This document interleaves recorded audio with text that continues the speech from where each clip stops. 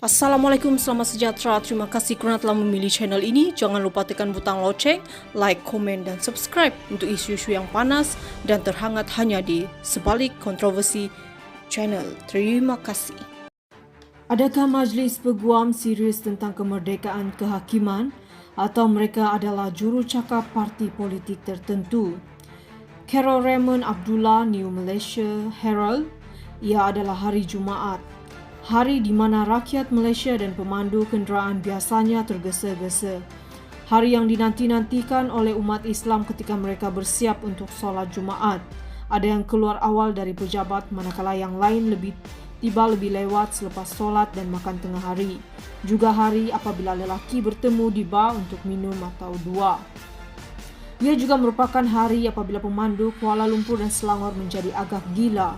Saya sudah cukup lama kembali ke Malaysia untuk mengetahui bahawa pagi Jumaat bukanlah hari yang baik untuk mengadakan sebarang perhimpunan, apatah lagi berjalan-jalan di sepanjang jalan paling sibuk di ibu negara. Percayalah, kadar kemalangan memuncak pada hari Jumaat. Lihat di sini. Ia juga pada hari Majlis Peguam Malaysia memutuskan untuk melakukan walkabout yang meriah dalam apa juga mereka sebut sebagai Walk for Judicial Independence. Saya ingin berpendapat bahawa nama itu jelas salah nama kerana ia hanya protes yang bersahaja terhadap siasatan yang dibuat ke atas hakim berdasarkan laporan yang difailkan terhadapnya kerana konflik kepentingan dalam kes yang dipengerusikannya. Pada 27 Mei, Badan Peguam mengundi pada mesyuarat agung luar biasa untuk mengadakan bantahan secara aman bagi menegakkan kebebasan kehakiman dan juga mengutuk siasatan Suruhanjaya Pencegahan Rasuah Malaysia terhadap Hakim Mahkamah Rayuan Muhammad Nazlan Muhammad Ghazali. Siasatan dibuat berikutan laporan mengenai jumlah yang tidak dapat dijelaskan lebih RM1 juta ringgit dalam akaun banknya. SPRM berkata kertas siasatan telah diserahkan kepada pejabat peguam negara untuk nasihat dan tindakan lanjut. Badan Peguam berkata prosedur perlembagaan perlu dipatuhi dalam siasatan dengan alasan perlembagaan persekutuan memperuntukkan aduan mengenai dakwaan salah laku kehakiman dikendalikan dengan cara yang memastikan keyakinan orang ramai yang berterusan terhadap badan kehakiman. Mereka menjangkakan 1,000 peguam hadir, tetapi nampaknya hanya 220 orang berada di sana di Padang Merbok, dan itu juga sebagian daripada mereka bukan peguam. Mereka adalah ahli politik dari Pakatan Harapan, agak ramai daripada mereka. Saya melihat Teresa Kokshet, Sadiq Tony Pua antara lain. Sudah tentu dengan ambiga dia seorang peguam, lagipun ia mengingatkan saya kepada pelbagai perhimpunan bersih zaman dahulu. Kumpulan orang yang sama memakai pakaian yang berbeza tetapi dengan objektif yang sama untuk memperjuangkan hak mereka namun menafikan hak orang lain juga. Semua pontifikasi oleh Majlis Peguam itu boleh dikecualikan jika mereka hanya membiarkan proses undang-undang diteruskan. Dan hakim yang arif telah menarik diri daripada mempengerusikan dan membuat penghakiman ke atas kes itu, seperti yang dilakukan oleh Hakim Mahkamah Tinggi Ahmad Farid Wan Saleh baru-baru ini. Seperti yang ditulis Joe Fernandez dalam artikel terdahulu di dalam laman web ini. Mungkin ini musim untuk melihat cermin berikutan Majlis Peguam Melaya yang didakwa merayu secara terbuka dengan Hakim Nazlan dengan meratapi nasibnya di mahkamah selepas itu. Itu mungkin sama dengan rasuah, salah guna kuasa, konflik kepentingan dan pucak amanah jenayah. Ia juga menimbulkan prasangka buruk terhadap bekas Perdana Menteri Najib Razak. Namun begitu, ia menjadi kelakar apabila Peguam Siti Kasim secara pelik menyatakan bahawa terdapat cara untuk menyiasat hakim untuk melihat sama ada dia bersalah terhadap apa yang telah dituduh kepadanya. Namun dalam nafas yang sama dia menegaskan bahawa hakim tidak sepatutnya dikenakan tindakan sedemikian penyiasatan.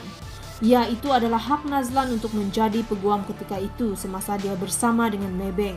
Tapi adalah salah untuk Nazlan tidak mendedahkan penglibatannya atau menawarkan diri untuk menarik diri sebagai hakim untuk perbicaraan SRC Najib kerana dia telah bercanggah.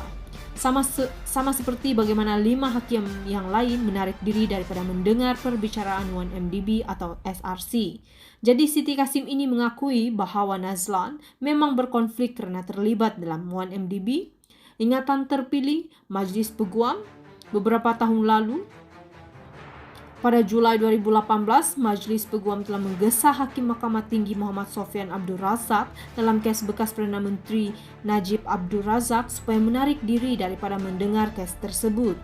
Presiden Peguam ketika itu, George Varougis, dalam satu kenyataan berkata, ini berikutan laporan bahawa Muhammad Sofyan adalah adik kepada Esko Kerajaan Negeri Pahang dan Adun UMNO Benta Muhammad Sofi Abdul Razak. Varougis berkata kedaulatan undang-undang menuntut bahawa keadilan bukan hanya mesti dilakukan tetapi ia mesti dilihat secara nyata dilaksanakan. Memandangkan bekas Perdana Menteri itu sehingga baru-baru ini menjadi Presiden UMNO dan pengurusi BN, hakim sepatutnya mendedahkan kepada pihak pendakwaan dan pembelaan sebelum perbicaraan semalam hubungan ini dan tentang kedudukannya dalam UMNO dan Pahang Kerajaan Negeri. Majlis Peguam percaya bahawa pendedahan sedemikian oleh hakim adalah perlu untuk memelihara integriti prosiding di hadapannya dan untuk mengelakkan sebarang bahaya benar berat sebelah. Kegagalan hakim berbuat demikian malangnya telah menimbulkan persoalan serius tentang kewajaran dia terus mempengerusikan kes itu, kata Varougis. Ini tidak berlaku adil kali ini. Jelas bahawa Badan Peguam memihak kepada Nazlan yang telah disiasat oleh SPRM dan menunggu arahan lanjutan daripada AGC. Peguam tersebut tidak dibenarkan berarak ke bangunan Parlimen dari Padang Merbok untuk menyerahkan memorandum kepada Perdana Menteri. Polis terpaksa melakukan barikad manusia untuk menghalang mereka daripada meneruskan perjalanan mereka. Jadi akhirnya, Timbalan Menteri Undang-Undang Mas Emiriati Samsudin datang ke tempat letak kereta Padang Merbok untuk menerima memorandum bagi pihak Perdana Menteri Ismail Sabri Yaakob. Sesuatu yang saya rasa pelik kerana dari video peguam-peguam telah menjerit tentang pemisahan kuasa antara badan kehakiman dan eksekutif. Jadi sekarang saya tinggal dengan soalan ini di kepala saya. Adakah hakim mempunyai kuasa dan keistimewaan yang raja-raja kita tidak? Bahagian mana dalam perlembagaan menyatakan bahawa mereka tidak tertaluk untuk disiasat jika ada laporan rasmi dibuat terhadap hakim? Mari kita lihat apa yang berlaku dan apa yang akan dilakukan oleh Perdana Menteri Ismail Sabri mengenainya. Sekian berita dari Di Sebalik Kontroversi. Jumpa di isu seterusnya. Jangan lupa tekan butang like, komen dan subscribe.